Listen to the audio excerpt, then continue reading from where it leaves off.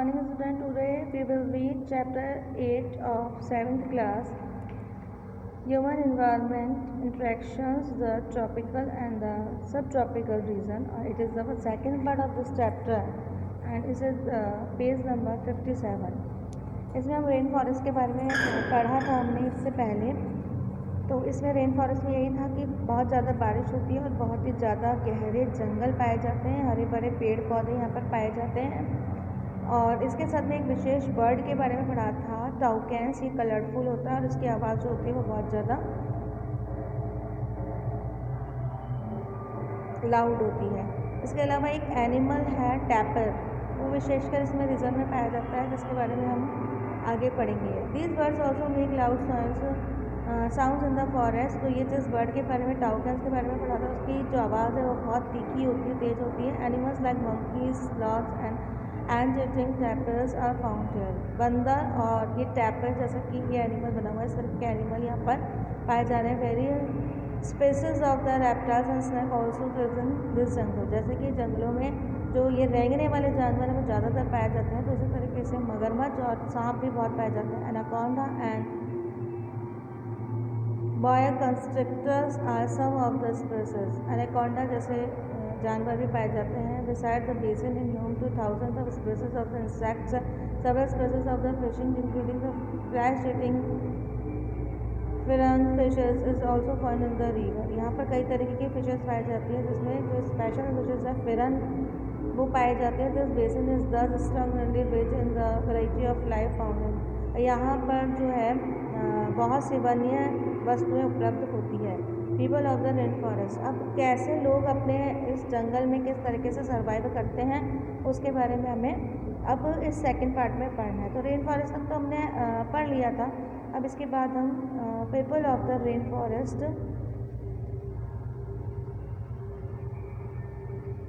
जंगल में कैसे लोग सर्वाइव करते हैं उसके बारे में हम पढ़ेंगे।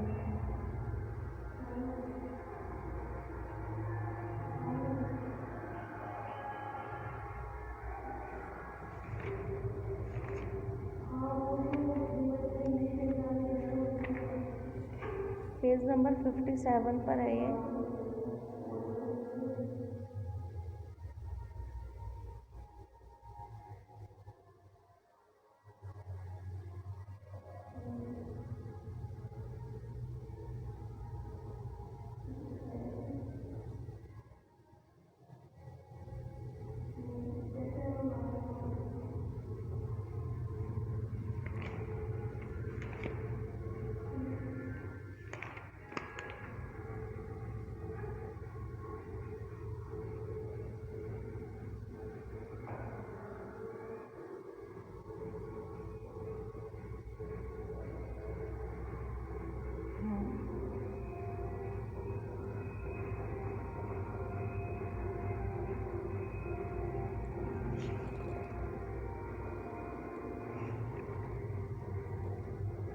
People of the rain forest की लोग जो है वो रेन फॉरेस्ट में कैसे रहते हैं। People grow most of their foods in small areas after clearing some trees in the forest.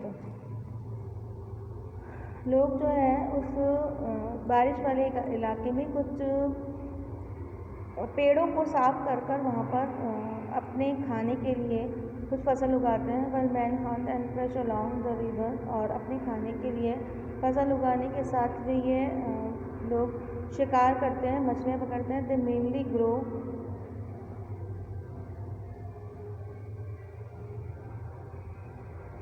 टापियोका, pineapple and sweet potato. ये कुछ फ्रूट्स जो हैं वो ज़्यादातर उगाते हैं। As hunting and fishing are uncertain, it is women who keep their families alive by feeding them the vegetables they grow. They practice slash and burn agriculture. The staff food is manic, also known as the cassava, and grows under the ground like a potato. तो इसी तरीके से cassava करके कोई fruit होता है जो कि आलू की तरह ज़मीन के अंदर उगता है, उसको भी ये करते हैं। और इन सब जो एक्टिविटीज़ हैं उनमें घर की जो घरेलू महिलाएं हैं वो भी मदद करते थे। Also eat queen ants and eggs cash crop like coffee, maize and cocoa are grown there. यहाँ पर कॉफ़ी, मक्का और कोको यहाँ पर उगता है। और ये क्वीन एंड्स एंड एग्स, ये इसका भी उपयोग करते हैं। Rain forest provide a lot of wood for the houses. Some families live in the thatched house shaped like the beeves.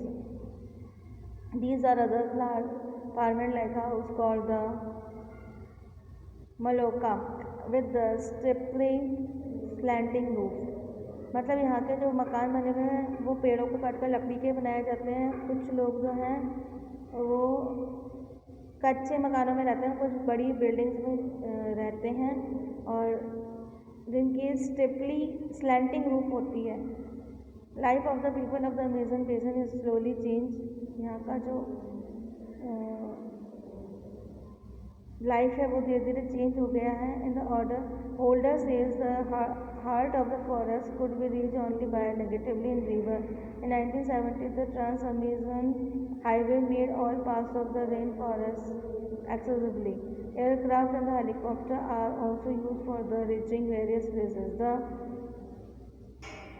indigenous population was pushed out from the area and forced to settle in new areas where they continue to practice their distinctly way of farming. The development activities are leading to the gradual destruction of the biological diverse rainforest. It is extremely that the large area of the rainforest has been disappearing annually in the Amazon basin. You can see that this destruction of the forest has a much of vital implication. The topsoil is washed away as the rainfall and the lush forest turns into the barren landscape. अब यहाँ पर जो होता है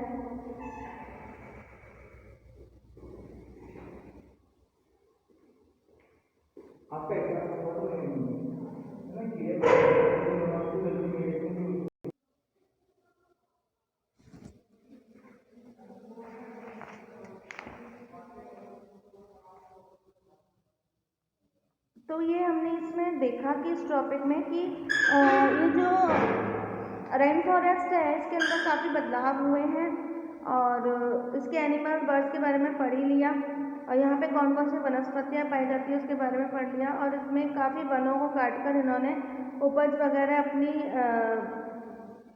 उगाई है, मतलब खेती वगैरह की है। और इसके अलावा इन्होंने इसको यहाँ पर मतलब लाइफ पॉसिबल के लिए इसको बना लिया। इसके अलावा यहाँ पे कई बार जब बहुत ज़्यादा प्राकृतिक आपदाएं आती हैं तो हेलीकॉप्टर एरोप्लेन के द्वारा भी जो है ज़रूरतमंद की वस्तुओं को पहुँचाया जाता है। नेक्स्ट टॉपिक जो है वो life in the Ganga Brahmaputra basin. अब गंगा और ब्रह्मपुत्र पर कैसे लाइफ स्टाइल है वो पढ़ना है। The tributaries of the rivers Ganga and Brahmaputra together from the Ganga-Brahmaputra basin in the Indian subcontinent. The basin lays in the subtropical region that's situated between the 10 north and 13 north latitude. तो ये जो उष्णकटिबंधीय क्षेत्रों में ही आता है जो कि 10 उत्तरी अक्षांश और 10 उत्तरी से 30 उत्तरी अक्षांश लैटिट्यूड के बीच में पाया जाता है। The tributaries of the rivers Ganga like the Ghaggar, the Son, the Chambal and the Gandak and the Kosi, the tributaries of the Brahmaputra.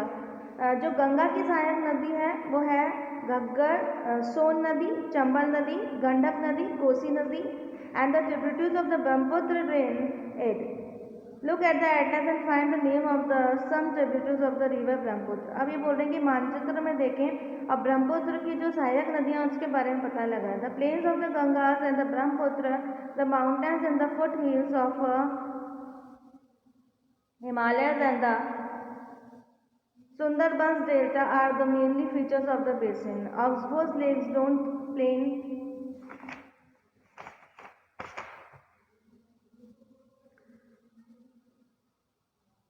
मतलब यहाँ पर मैदानी भाग पाए जाते हैं और यहाँ पर हिमालय तथा सुंदरबन डेल्टा पाया जाता है। Oxbows lakes drop in the plain area. और जो प्लेन एरिया है मैदानी भाग है वहाँ पर ऑक्सबोक्स लेक पाई जाती है, झील पाई जाती है। The area is dominated by the monsoon climate. The monsoon brings rain from the mid June to mid September. यहाँ जो मानसून पड़ता है वो यानी कि बारिश होती है वो जून से सितंबर के महीने में होती है। The summers are hot and the winters cool. और जो समर्स होती है वो बहुत गर्म होती है और विंटर्स जो होते हैं वो बहुत कूल होते हैं।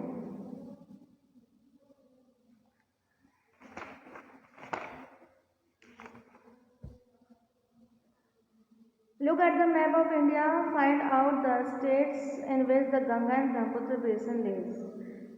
ये जो भारत का मैप है इसमें देखिए और जो स्टेट्स हैं उनको ढूंढने हैं जहाँ पर कि गंगा और ब्रह्मपुत्र बेसिन पाया जाता है। The basin areas has varied topography.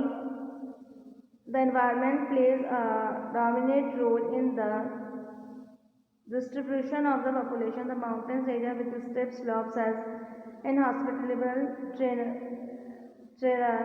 Therefore, less number of people live in the mountain area of the Ganga Brahmaputra basin. क्योंकि गंगा ब्रह्मपुत्र बेसिन पर ज़्यादातर पर्वतीय क्षेत्र है इसलिए यहाँ पर बहुत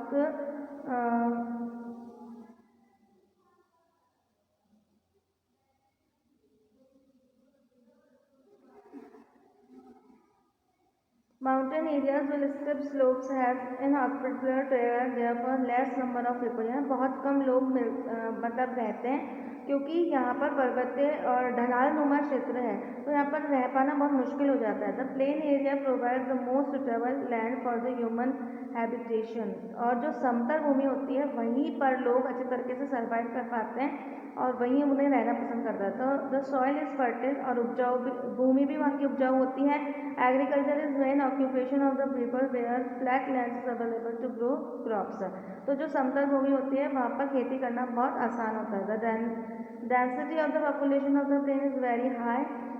तो जो लोग ऐसी जगहों पर जहाँ पर समतल होता है वहाँ ज़्यादा लोग रहना पसंद करते हैं। The main crop is paddy since cultivation of the paddy requires sufficient water. It is grown in the areas where the amount of the rainfall is high. तो यहाँ पर पैडी की खेती की जाती है और उसके लिए यहाँ पर पर्याप्त मात्रा में पानी भी मिल जाता है क्योंकि यहाँ पर बारिश जो है वो बराबर होती है। तो अब इसके आगे का जो है वो नेक्स्ट वीडियो में हम पढ़ेंगे। Thank you very much.